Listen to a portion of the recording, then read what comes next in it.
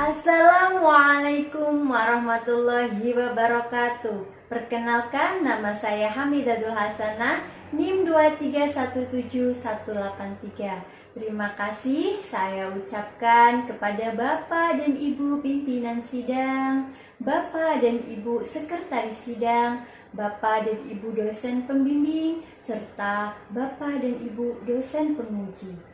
Pada hari ini saya melakukan sidang skripsi dan izinkan saya untuk mempresentasikan hasil penelitian saya yang berjudul Implementasi Media Pembelajaran Google Classroom masa pandemi COVID-19 siswa SD Negeri Karanggeneng 1, Kecamatan Kandeman, Kabupaten Batang. Saya ingin menjelaskan di bab 1, yaitu latar belakang masalah. Alasan saya melakukan penelitian ini karena terkait dengan proses pembelajaran di masa pandemi yang menyebabkan siswa dan guru tidak bisa bertatap muka secara langsung. Setelah dilakukan riset kecil, ternyata di SD Negeri Karanggeneng 1 ini memanfaatkan Google Classroom sebagai media pembelajaran. Saya ingin mengetahui apakah media tersebut bisa diterapkan kepada siswa kelas 4 khususnya. Karena menurut salah satu guru kelas 4 di SD Negeri Karanggeneng 1, beliau menjelaskan bahwa guru mengalami kesulitan untuk mengetahui apakah siswanya mampu memahami atas materi yang telah diberikan. Menurut peneliti, hal ini perlu dikaji secara mendalam. Peneliti ingin mengetahui bahwa siswa sudah paham atau belum dengan penyampaian tersebut.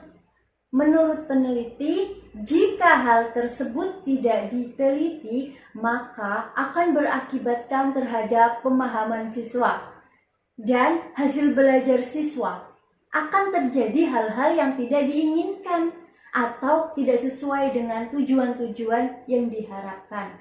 Dari beberapa titik permasalahan yang saya temukan, maka saya merumuskan menjadi satu rumusan masalah. Yang pertama, bagaimana implementasi media pembelajaran Google Classroom masa pandemi COVID-19 siswa SD Negeri Karanggeneng 1, Kecamatan Kandeman, Kabupaten Batang. Rumusan masalah yang kedua adalah apa sajakah faktor-faktor penghambat dan juga faktor pendukung dari implementasi media pembelajaran Google Classroom masa pandemi COVID-19 siswa SD Negeri Karanggeneng 1, Kecamatan Kandeman, Kabupaten Batang. Kemudian di sini ada kerangka berpikir. Nah, dari kerangka berpikir ini dari tahap implementasi, kemudian tahap perencanaan, pelaksanaan, dan juga evaluasi, faktor pendukung dan penghambat, dan juga hasil belajar, peneliti akan coba paparkan. Berawal dari proses pembelajaran di masa pandemi COVID-19 ini yang tidak bisa bertatap muka, maka di SD ini menerapkan implementasi media pembelajaran Google Classroom. Nah, di penerapan tersebut atau di implementasi tersebut nanti ada tahap perencanaan, kemudian tahap pelaksanaan dan juga tahap evaluasi. Nah, dari perencanaan, pelaksanaan, dan evaluasi tersebut nanti ada faktor pendukung dan juga penghambatnya. Nah, ketika kita sudah mengetahui faktor pendukung dan penghambatnya, bagaimana hasil belajar siswa tersebut? Apakah berhasil ataukah tidak? Seperti itu. Selanjutnya ada metode penelitian. Nah, jenis penelitian yang peneliti gunakan yaitu penelitian deskriptif dengan pendekatan kualitatif. Kemudian ada sumber data. Ada dua sumber data yang peneliti gunakan, yaitu sumber data primer dan juga sumber data sekunder. Sumber data primer dalam penelitian ini adalah guru dan peserta didik. Sedangkan sumber data sekunder dalam penelitian ini yaitu buku-buku penunjang dan referensi lainnya. Kemudian ada teknik pengumpulan data. Teknik pengumpulan data yang peneliti gunakan yaitu metode wawancara, observasi, dan juga dokumentasi. Selanjutnya ada teknik analisis data. Menurut Milos and Haberman, dalam bukunya MZIR, ada 3 tahap dalam menganalisis data kualitatif, yaitu yang pertama reduksi data, yang kedua data display, dan yang ketiga kesimpulan atau verifikasi. Yang pertama reduksi data. Nah, reduksi data ini peneliti peroleh dari data-data hasil penelitian, kemudian peneliti pilah-pilah mana data yang penting peneliti ambil. Kemudian data itu didisplay, dideskripsikan. Kemudian dari hasil deskripsi itu peneliti ambil verifikasi atau tarik kesimpulan. Dan selanjutnya peneliti ingin menjelaskan mengenai hasil penelitian. Berdasarkan beberapa rumusan masalah yang telah saya ungkapkan tadi, maka hasil dari penelitian saya adalah memberikan jawaban dari rumusan masalah. Rumusan masalah yang pertama adalah implementasi media pembelajaran Google Classroom masa pandemi COVID-19 siswa SD Negeri Karanggeneng 1. Hasil dari penelitian saya yang pertama ada tahap perencanaan, tahap pelaksanaan, dan juga tahap evaluasi. Di tahap perencanaan, guru mengenalkan aplikasi Google Classroom kepada peserta didik. Guru juga mengenalkan fitur-fitur yang ada di dalam aplikasi tersebut. Kemudian guru juga menjelaskan apa sih tujuan dari Google Classroom ini. Kemudian apa sih manfaatnya dari Google Classroom ini gitu. Nah, kemudian tahap pelaksanaan. Nah, pertama dari tahap pelaksanaan ini guru memberikan pengantar kepada peserta didik. Pengantar pembelajaran ini berupa gambar, video, dan juga teks. Dalam pelaksanaan pembelajaran Google Classroom ini, guru juga memanfaatkan fitur-fitur Google Classroom seperti tugas, seperti arsip pembelajaran, penilaian, dan juga pengumuman.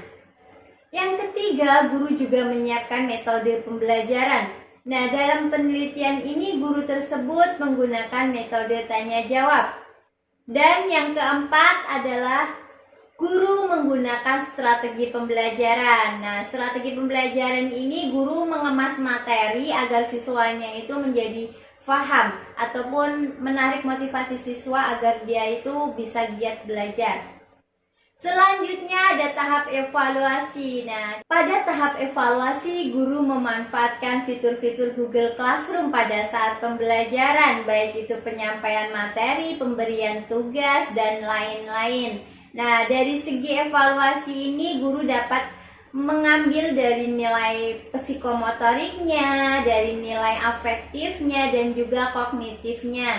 Nah, saya akan jelaskan dari segi kognitif ini guru mengambil nilai dari tugas harian siswa, tugas bulanan siswa, dan mingguan siswa, baik itu dikirim tugas video dan gambar dan dia disuruh mengirim foto-foto atau sesuai yang guru minta seperti itu. Nah, dari penilaian kognitif ini bisa dilihat dari guru menyampaikan materi, kemudian guru memberikan tugas-tugas yaitu diambil dari nilai harian, nilai mingguan, dan juga hasil tugas melalui video yang mereka kirimkan seperti itu, yaitu praktik langsung. Dari penilaian afektif, guru menilai dari tanggung jawab siswa dan juga kedisiplinan siswa, baik itu pengiriman tugasnya, pengumpulan tugasnya, dan lain-lain. Dan yang terakhir itu dari nilai psikomotorik, bisa dilihat dari ketika guru itu memberikan tugas berbentuk praktik atau disuruh siswa ini suruh praktik seperti itu kan, kemudian siswa itu menyampaikan atau mempraktekkan praktik dengan di video, kemudian dikirim melalui forum Google Classroom tersebut. Kemudian dari rumusan masalah yang kedua, yaitu apa saja faktor pendukung dan penghambat implementasi media pembelajaran Google Classroom masa pandemi COVID-19 siswa SD Negeri Karanggeneng 1, Kecamatan Kandeman, Kabupaten Batang.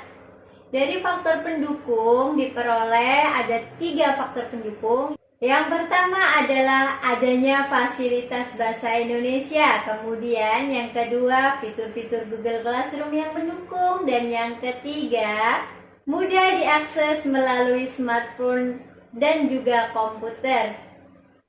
Kemudian dari faktor penghambat, adanya akses internet, kemudian materi yang sulit, dan juga siswa tidak fokus saat belajar.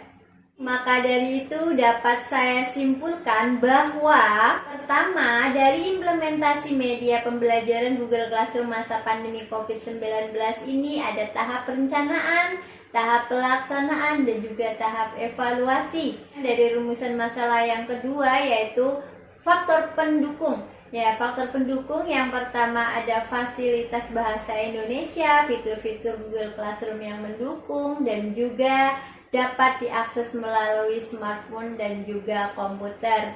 Kemudian di faktor penghambatnya dapat saya simpulkan bahwa faktor penghambat dari implementasi media pembelajaran Google Classroom ini adanya terkendala akses internet, materi yang sulit, dan juga siswa tidak fokus pada saat pembelajaran.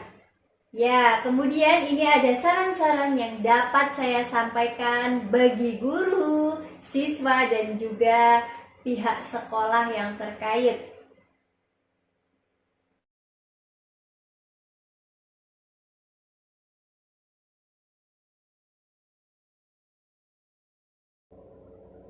Terima kasih atas perhatiannya. Kurang lebihnya saya mohon maaf. Wabillahi taufik wal hidayah. Wassalamualaikum warahmatullahi wabarakatuh.